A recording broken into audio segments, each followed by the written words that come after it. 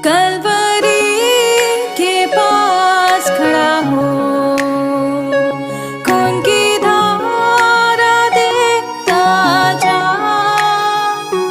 तेरे पापों का यही दाम दिया है मसीह यीशु ने।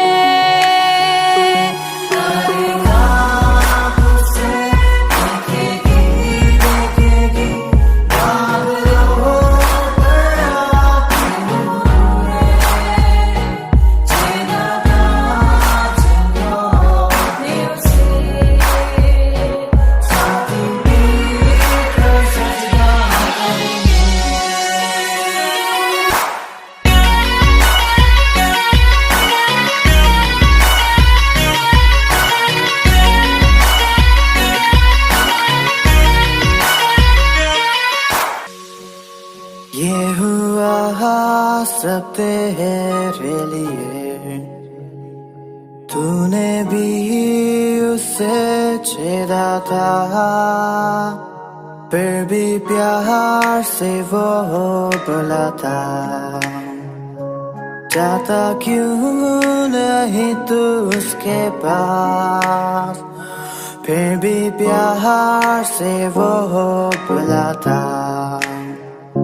जाता क्यों नहीं तू उसके पास।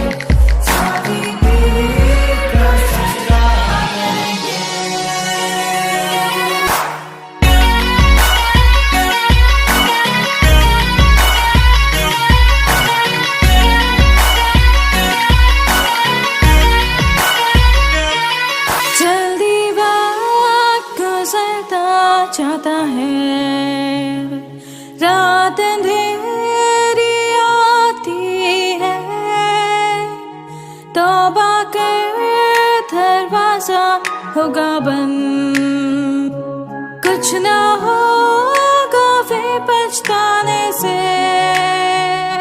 तौबा कर दरवाजा होगा बंद, कुछ ना होगा वे पछताने से।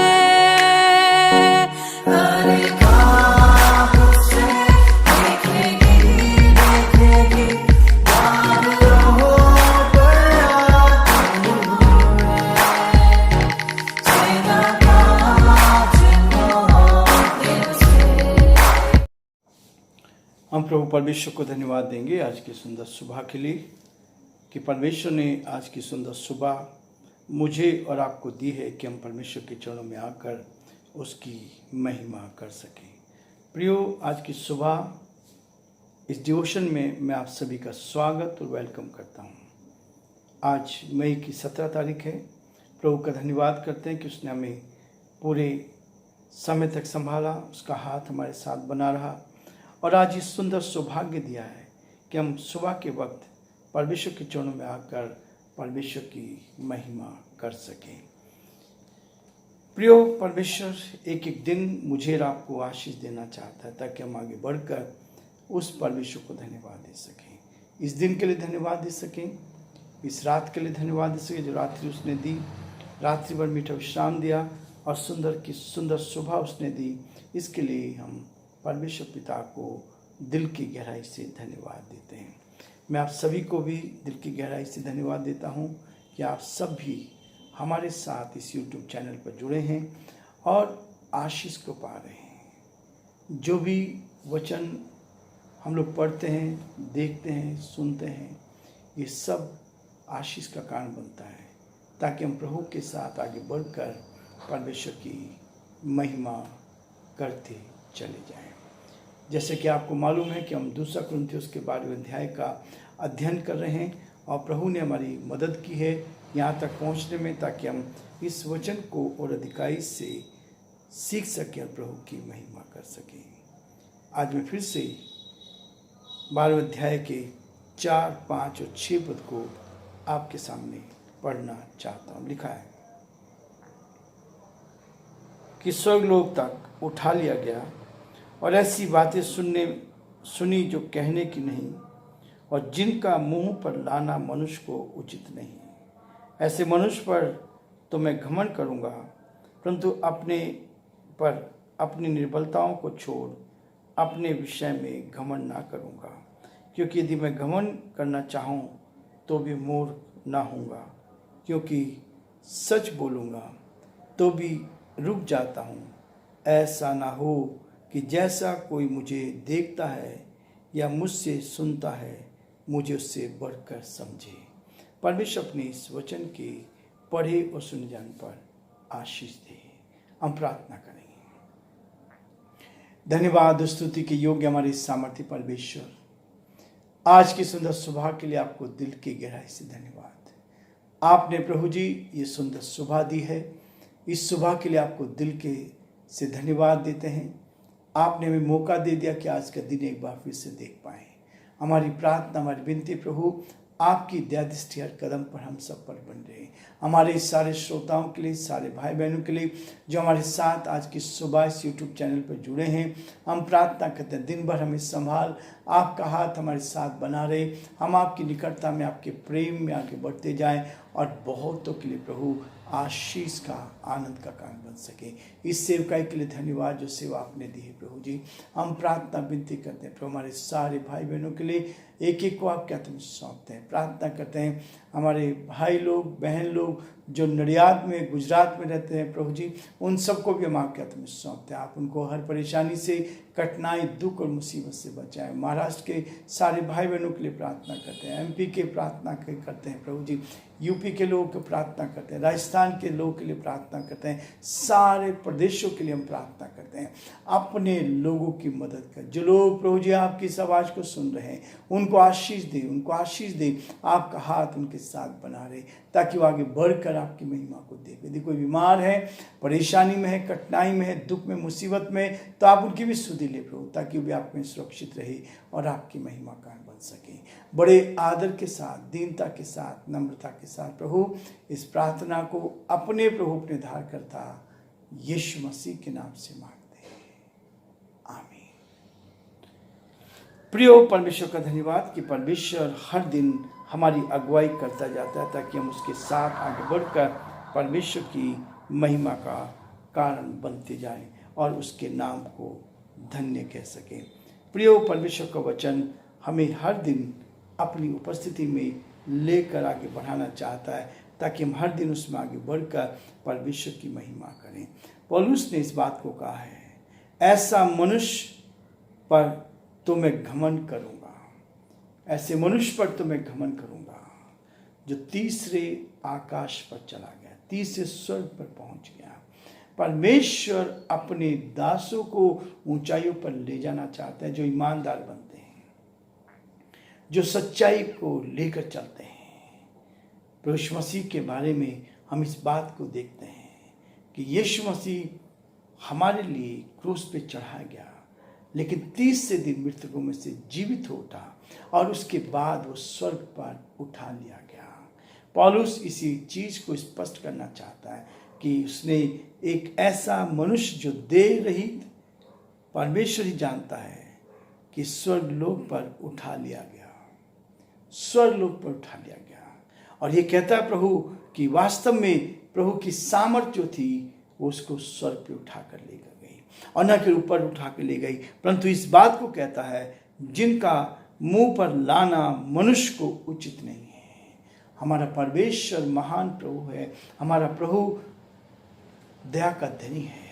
उसने हमारे लिए अपने प्राणों को दिया, इस संसार में आकर हमें अपनी संतान बना दिया ताकि हम उसके साथ आगे बढ़ते चल जाए। इसलिए कहता है कि अपने विषय में घमंड ना करूँगा, क्योंकि 6वां पद कह रहा है क्योंकि यदि मैं घमंड करना चाहूँ तो मूर्ख ना होऊंगा।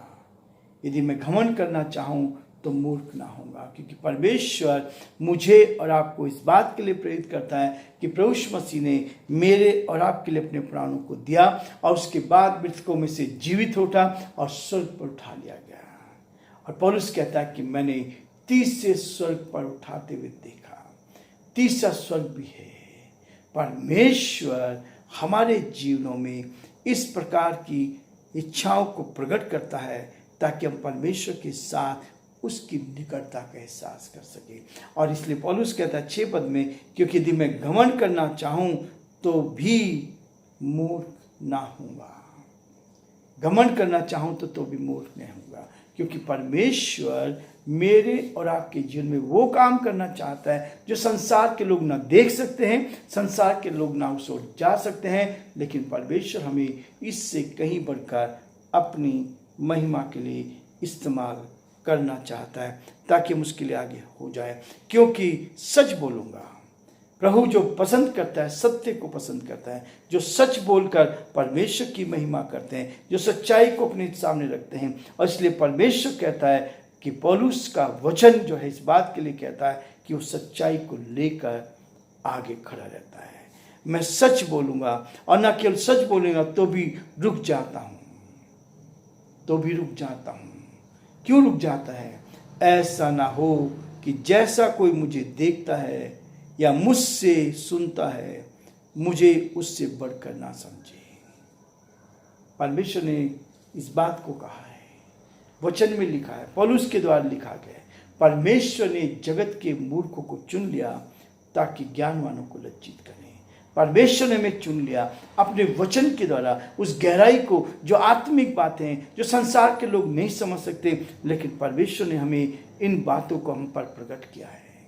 जो गूढ़ बातें हैं, जो परमेश्वर की बातें हैं, जो आत्मा की बातें हैं, आत्मिक की बातें आत्मिक व्यक्ति समझ सकता है। आत्मा की बातें केवल आत्मिक व्यक्ति ही जान सकता है, संसारिक व्यक्ति नहीं जान सकता। इस वचन की, इस बाइबल की शिक्षाओं पर जो चलता है वही जान सकता है।